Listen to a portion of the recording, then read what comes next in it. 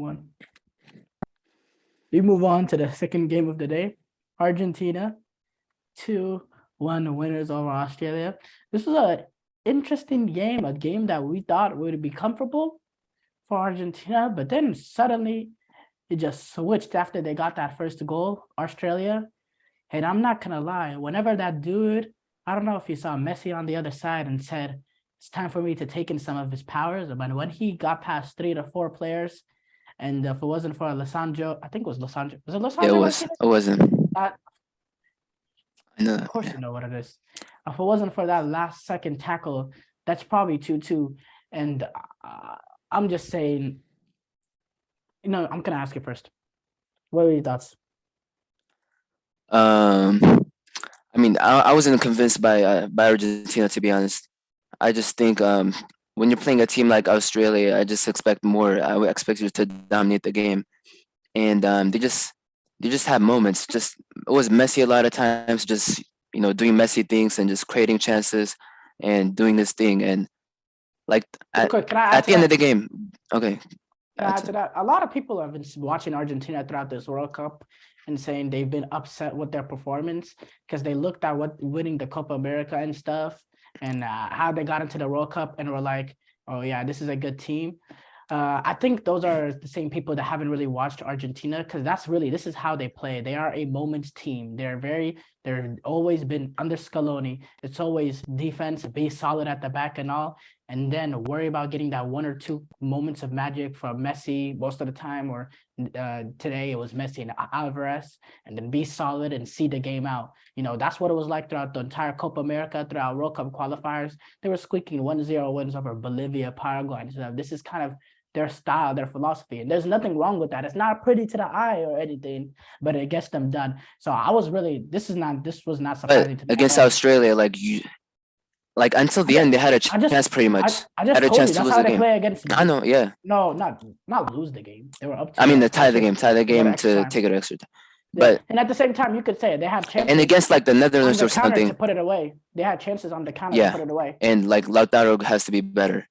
I mean, he might be the next guy I to let them down, but he's not I even gonna think start anymore.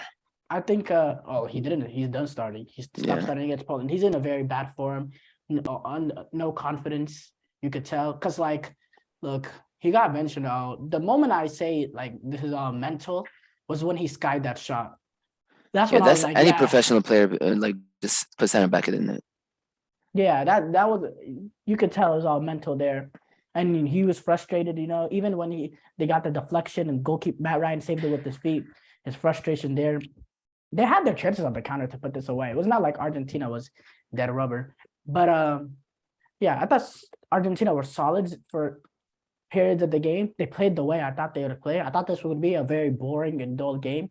In that last 10 minutes, it really came to life. It was really up and down because Australia had to come out of the shell and go for that equalizer, which gave Argentina some space on the counter. They could have got that third goal.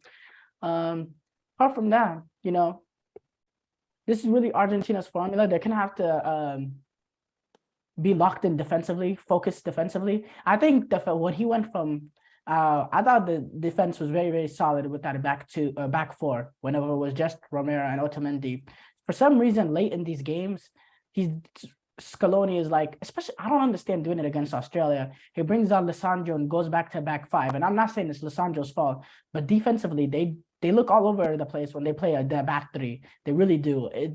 They look like that way whenever they played against Mexico. That's when Mexico started getting their chances. I know they came out of the shell and went for the game, but whenever he switched to that back three, I really did not. I don't think that's the way to go. I think you got to trust your back four to see these games out, not suddenly switch it. If you want to switch it for like the last 5 to 10 minutes just to get an extra center back in there, sure, but not for the last 20. Yeah, and looking ahead, like other than Messi, like I have concerns. Like Alvarez, sometimes he can be good, and I've liked what I've seen so far from Alvarez him. has been But great this tournament. yeah, I like what I've seen from him, but I'm concerned. I'm not concerned because I know this is how Argentina plays. I fixed myself in the mindset. I was a little bit concerned after that Saudi Arabia game, but when I saw Mexico and Poland, especially Poland, I was like, yeah, this is the way that they play. Very, very good. they met my expectation because I've watched this Argentina game play a lot, and I know how they play. They're not gonna be good on the eye. They're not gonna play the swift attacking football, total football, none of that. It's gonna be solid first, have a good base, and then rely on one or two moments of magic of Messi or from Di Maria, who hopefully he'll be back for Netherlands because they're gonna need him because they are a little bit wide dimensional on the attack without Di Maria. And they rely on those magic, and then they see their game out defensively. So I wouldn't say I was disappointed with them.